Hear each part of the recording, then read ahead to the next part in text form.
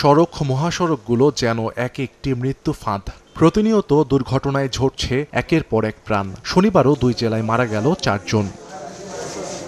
স্বজনরা জানান, বাবা ফারুক আকন্দের সঙ্গে মেয়ে হুমায়রা আক্তার মাদ্রাসায় ভর্তি হওয়ার জন্য বগুড়ার কাহালুর মুরাইল থেকে অটোভ্যানে চড়ে দরহা ঘাটে যাচ্ছিল। পথে নওগাঁ বগুড়া আঞ্চলিক মহাসড়কে একটি দ্রুতগতির ট্রাক ভ্যানটিকে চাপা দিয়ে পালিয়ে যায়। এতে বাবা ও তার শিশুকন্যা এবং ভ্যান চালক শাহিনুর 3 জনই গুরুতর আহত হন।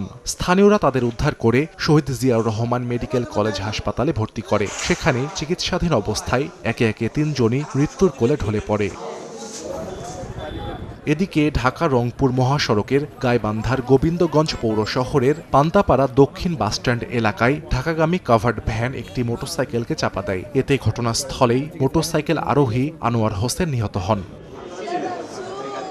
এছাড়া বরিশাল ঢাকা মহাসড়কের গৌর নদীর বাইচখোলা এলাকায় 2টি বাস ও তেলবাহী লরির ত্রিমুখী সংঘর্ষে 20 জন আহত হয়েছেন। তাদের মধ্যে 13 জনকে শেরেবাংলা মেডিকেল কলেজ হাসপাতালে ভর্তি করা হয়েছে। দুর্ঘটনা কবলিত যান 3টি জব্দ করেছে পুলিশ।